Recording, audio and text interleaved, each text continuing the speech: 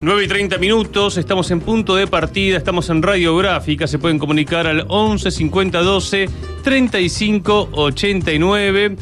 No sé si las cámaras pueden mostrarlo a Antonio, pero mirá qué lindo que es, el perro de Horacio Robelli, que vino a acompañar a nuestro queridísimo economista, que se vino este día de lluvia. Te agradecemos, Horacio, que hayas venido aquí al estudio, porque podemos charlar de otro modo.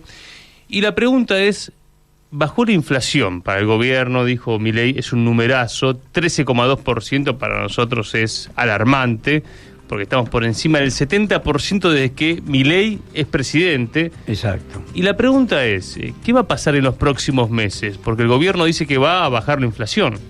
Es mentira, la inflación va a seguir subiendo, este fue el piso, y tomado por... Nadie cree que realmente sea 13,2% en febrero, nadie cree, pero recordemos que está el hijo de Marco Labaña, el hijo de Roberto Labaña, titular del INDEC, y que fue bastante fidedigno en la gestión de Massa, pero acá obviamente lo presionan y lo obligan a que ponga otro número. Nadie puede creer en su sano juicio que la inflación fue del 13,2%. Claro, yo miro 13,2 y digo, che, volvamos con el INDEC miente, ¿te acordás? Sí, sí.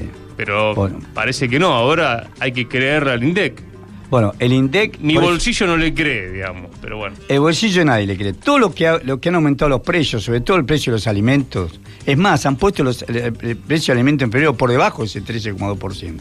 El principal indicador del INDEC, porque habla de una canasta de productos, son los alimentos. Sí. Y los alimentos los ponen para poder justificar la suba de transporte, la suba de todo lo que hicieron, ponen un alimento más bajo que inclusive la inflación promedio. Como tienen mayor ponderación, más del 60% de la canasta la conforma alimento, eso presiona la baja. Todo mentira. Pero va a ser demostrado rápidamente. Siempre que estuvo, y este programa está monitoreado por el Fondo Monetario Internacional, es más, es cierto lo que dice Milei, que hace un ajuste más fuerte que lo que le pide el fondo. El fondo le dice, pará con el ajuste con los trabajadores y pará con el ajuste de los jubilados y pensionados, porque es brutal lo que hiciste. Sí. No se va a poder sostener en el tiempo. El mismo Fondo Monetario Internacional le dice a Milei, le dice que no pueden sostener esto. Pero lo que estamos contando es, ¿por qué va a aumentar? Porque aumenta el transporte, aumenta el combustible. El combustible atraviesa transversalmente toda la economía y ellos se están actualizando el impuesto al combustible. Con ese pretexto que todos los meses se va a actualizar el impuesto al combustible, todos los meses va a aumentar la nafta y el gasoil. Todos los meses, porque aumenta el impuesto al combustible y a las empresas, a las grandes empresas que son contadas, son 9 empresas las que traen el petróleo y las que distribuyen son menos, son 5. O sea, vos tenés una gran concentración. Nosotros tenemos el costo de extracción que tiene el Mar del Norte. Y el petróleo, porque tienen que sacar debajo del nivel del mar. Ya lo vamos a hacer nosotros. Lo tienen que sacar a nivel del mar. El que fija el precio del barril del petróleo es el precio del Mar del Norte. Nosotros tenemos un costo muchísimo menor en Vaca Muerta. Es cierto, es un sistema, pero las máquinas ya la tienen. Es un sistema horizontal porque rompe la piedra, saca el gas y el petróleo de la piedra. Pero ya tenemos los instrumentos, las máquinas, y el costo es mucho menor que el sacar. Claro. Nosotros debemos tener tal vez la mitad o menos de lo que es el costo. Y sin embargo la nafta en la Argentina hoy se vende, el litro de nafta, 20 centavos de dólar por encima de Estados Unidos. Por encima, ahí ni siquiera igualamos. Acá está el poder que tiene el sector extractivista. Está el poder. Cuando uno habla del poder extractivista, habla de YPF, que teóricamente es una sociedad nueva, porque el Estado maneja el 51%, pero tiene ya el huevo de la serpiente. BlackRock tiene un director en YPF, tiene casi el 6% de las acciones. BlackRock y además YPF se vio obligada, apenas descubrió Vaca Muerta, porque que le descubrió fueron los técnicos de YPF, de eso nadie habla, fue un hallazgo nacional, fue YPF. El primer acuerdo que hace es con la Chevron. Uh-huh. La Chevron es una empresa norteamericana donde también tiene participación BlackRock. Pero hoy la nave señera en Vaca Muerta de BlackRock es Pampa Energía. Pampa Energía es una empresa que era teóricamente nacional, la compró Marcelo Midling. Marcelo Midling sigue siendo el presidente, pero hoy los principales dueños, los principales capitalistas de Pampa Energía son BlackRock y Joseph Lewis, que es el empresario inglés que tiene en Río Negro, lado escondido, como si fuera una pileta de natación propia. O sea, los principales accionistas de Pampa Energía, que es la nave señera de BlackRock en el área extractivista, en el área de petróleo y gas, es Pampa Energía.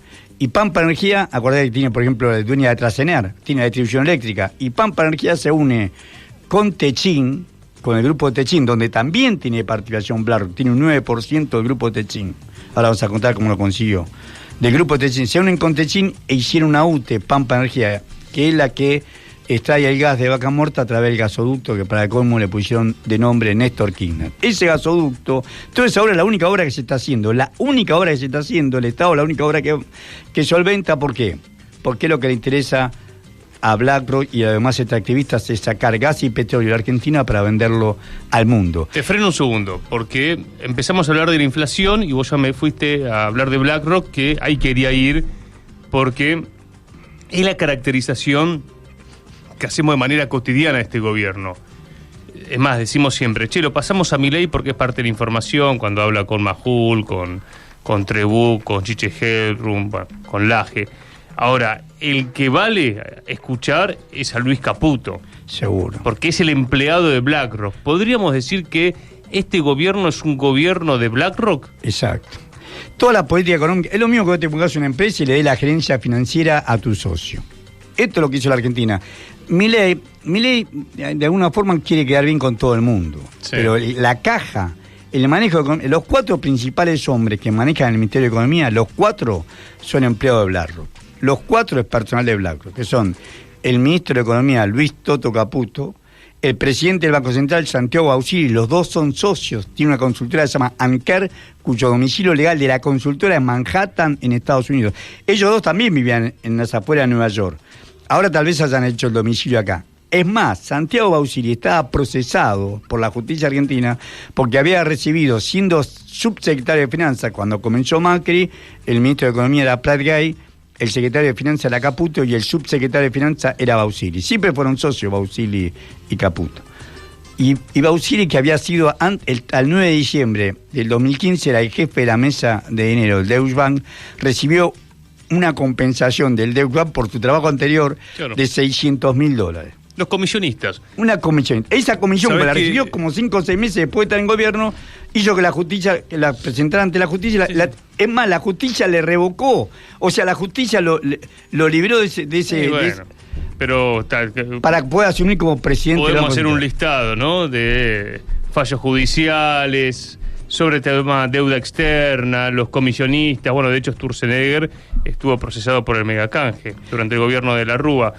Sé que ayer veía que algunos compañeros compartían fragmentos de Memorias del Saqueo de Pino Solanas, y es la misma historia que se repite, porque en la historia del endeudamiento argentino los socios locales eran los comisionistas, como lo fue Bausili y Sturzenegger en esta etapa corta, pero antes, bueno, los Rivadavia, ¿no? Los Rivadavia, los Victorino de la Plaza. Claro. En la historia consta que Victorino de la Plaza cobraba comisión, después fue presidente de la República, porque Victorino de la Plaza primero fue secretario de Finanzas de Roca, entonces cobraba comisiones. Está contra en la historia, hay una carta, está en el Archivo General de la Nación, una carta en que Victorino de la Plaza decía, bueno, por tal servicio tengo una comisión, escribía la comisión que iba a recibir. Sí, Rivadavia, toda esta larga historia de endeudamiento nuestra, donde los comisionistas se hacen ricos, pero sobre todo lo que hacen es que el país dependa del capital extranjero. La Baring Brothers, cuando le presta a Rivadavia, fue a cambio de que la Argentina no participara del congreso anfitriónico que hizo el gran Simón Bolívar en la hoy ciudad de Panamá, sí, donde reunía a todos los países hispanoamericanos. Él soñaba con una gran Colombia, una gran América, soñaba Simón Bolívar, y reunía. Brasil todavía era un imperio portugués. Uh-huh. Esto fue en 1824. Y Argentina fue el país del sur. Chile mandó. O sea, que era una capitanía general. Mandaron los países, Perú. ¿Quién no mandó? Argentina. ¿Por qué? Porque estaba Rivadavia. Y Rivadavia porque se puso como súbdito británico. Era un agente inglés. Inglaterra no quiso, exactamente. Bien, volviendo entonces para la Argentina y caracterizando que este es el gobierno de BlackRock, con Caputo, con Bausili, querías nombrar a dos Joaquín más. Cotani, que es el viceministro de Economía y que fue el secretario de Finanzas de Cavallo, y Vladimir Wernick, que los 4 tienen consultoras en Manhattan, Cotani y Wernick, independientemente de Anker, pero los 4 trabajan para los grandes fondos de cobertura, para BlackRock, para Vanguard, para Fidelity, para PIMCO, para Franklin Templeton. La primera vez que vino Larry Fink, que es el CEO de BlackRock, que es la más grande, vamos a decirle a los oyentes que para el mes de febrero BlackRock reconoció que administra activos financieros por 10,3 billones, con B larga, billones de dólares, millones de dólares, 10,3 billones de dólares. 23 veces lo que produce la Argentina por año, 23 veces el PBI de la Argentina. Y si fuera un país, sería el tercer PBI del mundo detrás de Estados Unidos y China. No tienen que mantener ejército, ni hospital, nada. Y sin embargo administra esos 10,3 billones de dólares que administra BlackRock, le da primacía. La primera vez que vino BlackRock a la Argentina, vino 2 veces, pero la primera vez que vino fue en octubre del 2016, que lo recibió en la Casa Rosada el presidente de esa época, Mauricio Macri. Hay que decir que en la crisis de representación que estamos viviendo, cuando se dieron las elecciones y el balotaje el año pasado, los dos candidatos planteaban la cuestión de extraer riquezas de la Argentina. Massa también, Massa decía, nos vamos a desarrollar si exportamos más. Y es por eso que aquí en Radiográfica y en otros espacios del Movimiento Nacional discutíamos diciendo, no nos conviene exportar más porque la Argentina, cada vez que exportó más, se empobreció más. Esto es algo que podemos ver desde el Plan Martínez de Oz en adelante. Entonces, esa tesis desarrollista la discutimos. Es obvio que con Massa quizá es contrafáctico, estaríamos mejor porque no habría hecho un ajuste tan salvaje. Es cierto, pero tenemos que volver a discutir el proyecto de país, porque BlackRock lo que está diciendo es, queremos sacarles el petróleo, el litio, los granos, y ustedes, que sean un país que viva de las migajas. Y es contra lo que se paró de manos Juan Perón en los 40 y el GO. Arturo Illia en el 63-67 que lo derrocaron, no me lo que esa fuera Illia, que fue un patriota. Radical. Me cuesta compararlo con Perón, pero está bien. Pero viejo...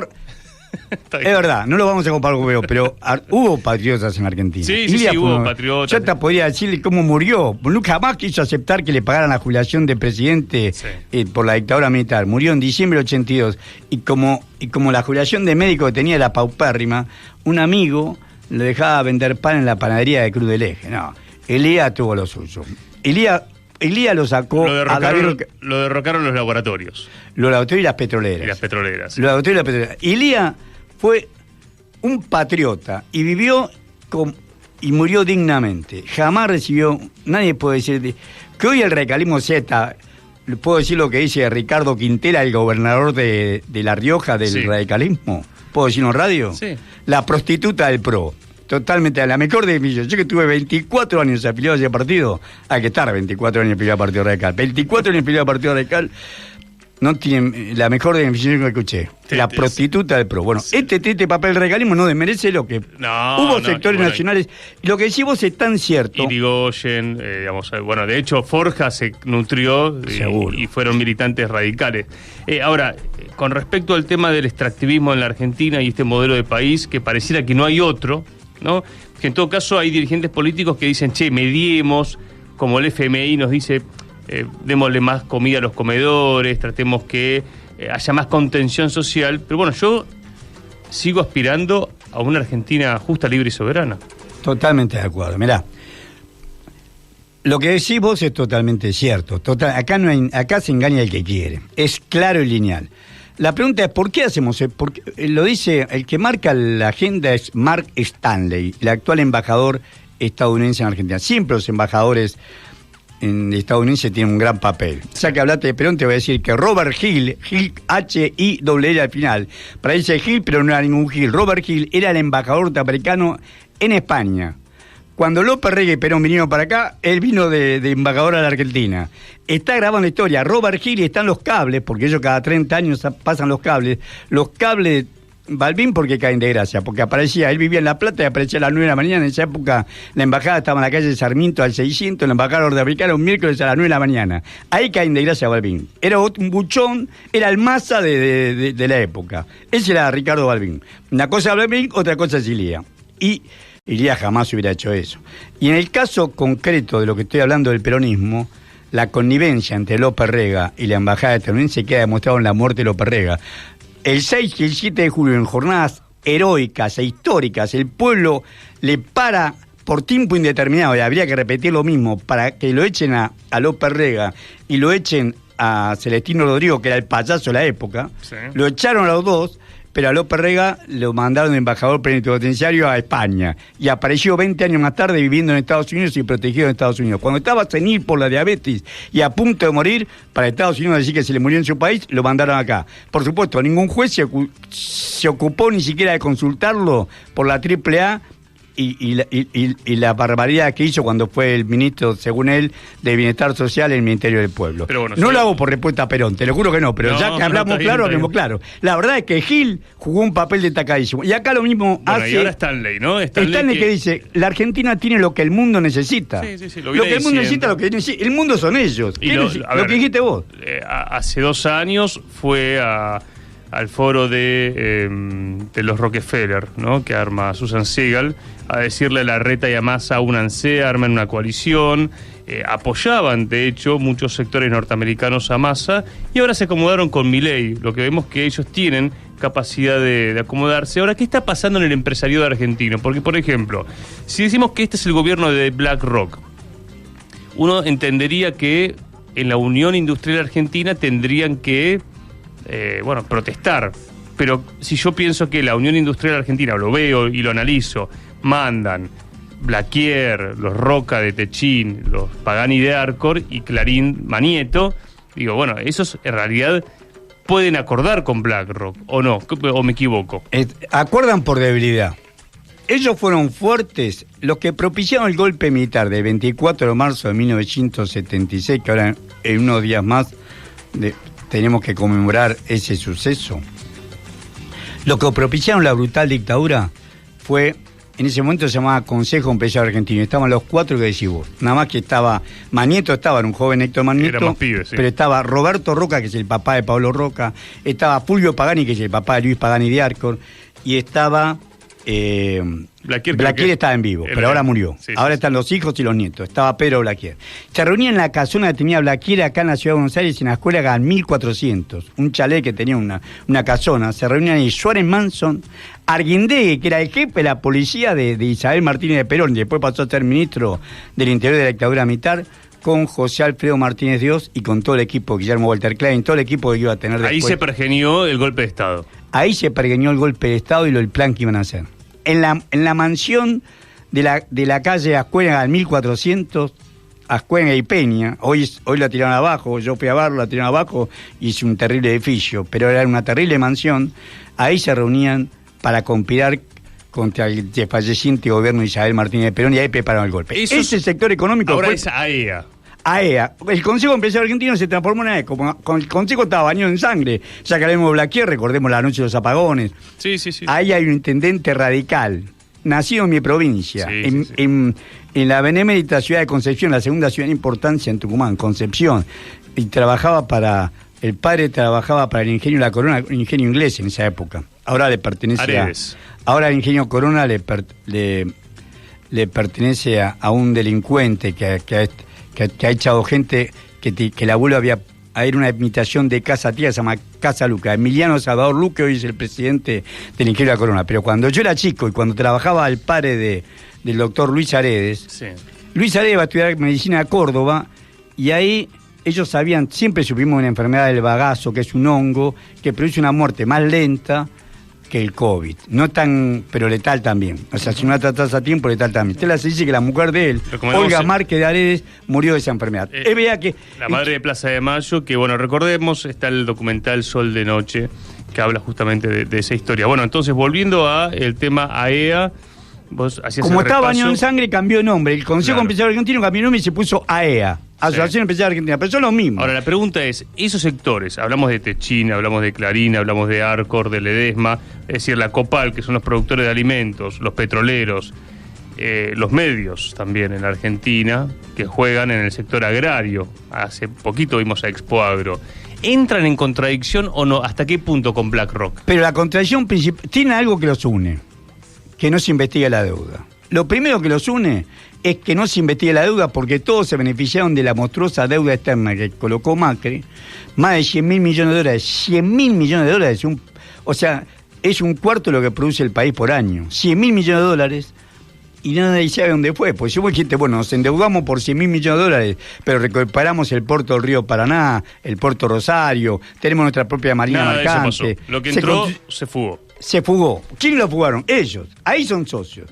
Por supuesto que le temen. Es un matrimonio por conveniencia. Yo te decía que BlackRock tiene el 9% de las acciones del Grupo Techin. Él mismo, Larry Fink, se jacta que lo hizo sin moverse de su oficina de Nueva York. Espero que la clase media y media alta, que tiene cuenta corriente en un banco en Nueva York, comprar acciones de Techin en la bolsa, eso se llama contado con liqui, y lo vendiera por la mitad en Nueva York. Larry Fink, que sabe lo que vale Techin, por eso dejó de colocar acciones Techin, porque se las compraba toda BlackRock y los demás fondos que siguen a BlackRock, porque BlackRock es una especie de capitán de desembarco de los demás fondos de cobertura. A ver si entiendo, si se devalúa la Argentina, se devalúa el peso, se devalúan las acciones de las empresas que están, sobre todo en la Argentina, como Techin, y BlackRock se lo puede ir morfando. Ese es el riesgo. Por ahora, eso, ahí tienen, ¿hasta cuándo va a llegar el problema? Ellos tienen, ¿qué tienen de acuerdo? Lo primero que tienen de acuerdo es que no se investigue la deuda. Lo segundo que tienen de acuerdo es ampliar a los trabajadores, que la clase trabajadora no tenga derecho ninguno. O sea, volver a un país... Y arrodillar el movimiento sindical argentino. Eso es lo que buscan. Eso es lo que busca Techin. Eso lo busca Techin, lo buscó siempre. Los Roca fueron chupasangre toda su vida y lo buscaron siempre. Lo que busca, el objetivo de arrodillar, lo dijiste mejor vos que lo que puedo decir yo, arrodillar a los trabajadores, hacerlo trabajar por 2 pesos. Claro. Y si no... Ahora, ¿qué hace Techin? ¿Cómo se defiende? Se reconvierte. Hoy la nave, así como la nave insignia en la Argentina del grupo BlackRock es Pampa Energía, la nave insignia hoy del grupo Techin, que es un grupo, es Tech Petrol, claro, que es la petrolera de ellos. Muy bien, entonces, grupos económicos que lo que dicen es el negocio ahora está en el petróleo, vamos al petróleo, la Argentina se está primarizando, la Argentina va a ser, si triunfa el modelo Milei, un país que exporte granos, que exporte petróleo, que exporte litio y minerales raros, y se acabó. ¿Cuánta mano de obra tiene una tonelada de soja? Con la tecnificación que tienen ellos. No tengo ni idea, pero ¿cuánta mano de obra tiene un barril de 161 litros de petróleo crudo? Nada. Está totalmente... Petroleros hay pocos, cobran bien, pero hay pocos.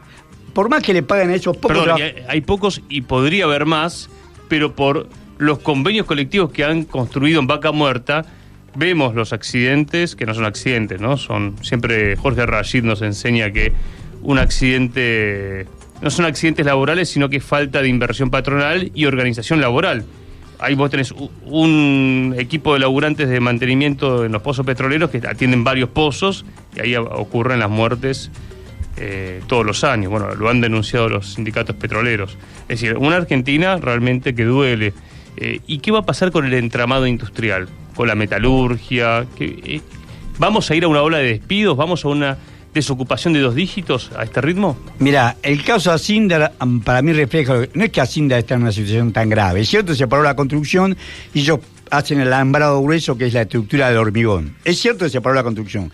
Ellos tienen resto para seguir, pero como ven amplio ganador este modelo extractivista, agropecuario, financiero, exportador, Asindar cierra sus plantas por un mes y la idea de Asindar es levantar todo, porque saben que si gana el modelo de BlackRock, ellos no tienen ninguna posibilidad de sobrevivir. Hay que recordar que eso lo define una multinacional, que es... claro, es una multinacional inglesa. ArcelorMittal, sí, claro. De inglesa, por eso... Asindar, la decisión no se toma en la Argentina. Tal vez Asindar refleje esto. Recordemos que Asindar pertenecía a la... Martínez Dios era el presidente de Asindar cuando fue ministro de Economía.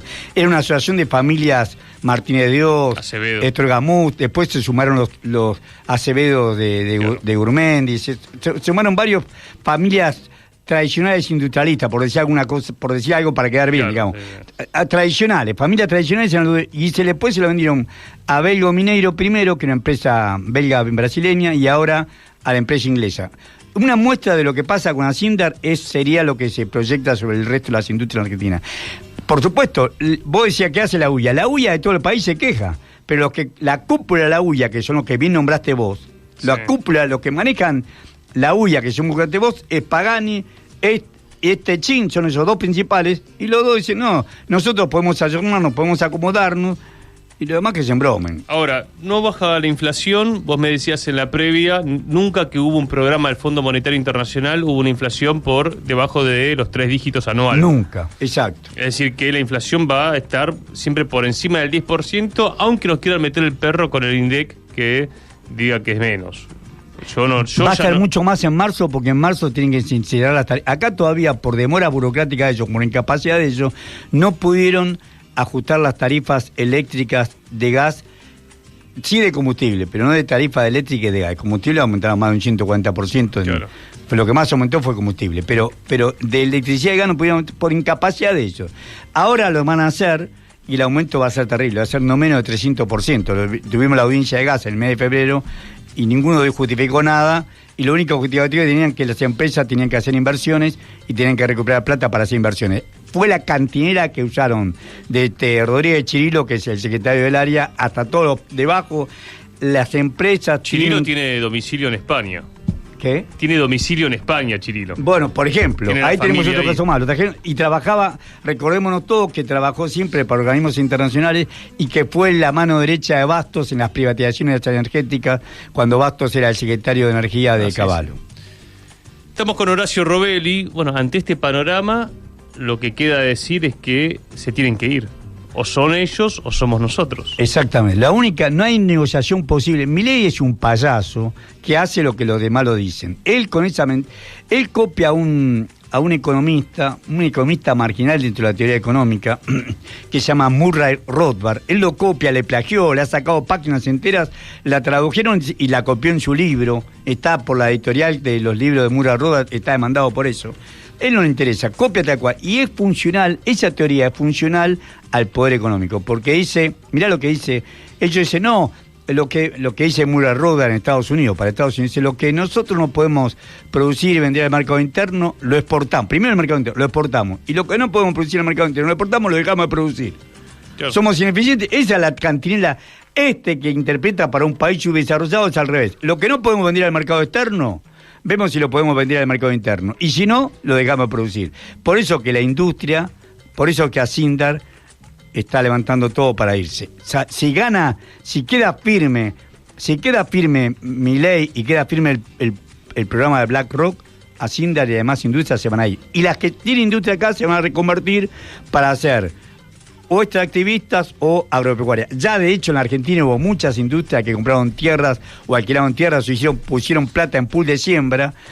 Un ejemplo claro es Aranda, la principal arrocera que está en Ciudad de Mercedes, en Corrientes, le pertenece a Aranda, que es uno socio de Clarín. O sea, tenemos acá claro que la Argentina, ellos tienen, ante un poder omnímodo como el que tiene BlackRock, que administra activos financieros por 22 o 23 veces lo que produce la Argentina, se subordinan a esto esperando su oportunidad. ¿Cuál es la oportunidad que tiene en cambio el pueblo argentino? Es la que decís vos. Tomar conciencia de esta situación y enfrentarlos a todos ellos. Porque ese modelo, Aldo Ferrer decía que al modelo de dictadura militar le sobraba 1/3 de la población. Bueno, a este modelo le sobramos 2/3 de la población. Es para 1/3 de la población y el resto no tenemos de qué vivir. Gracias, compañero, por estar acá. Muchísimas gracias a vos por invitarme.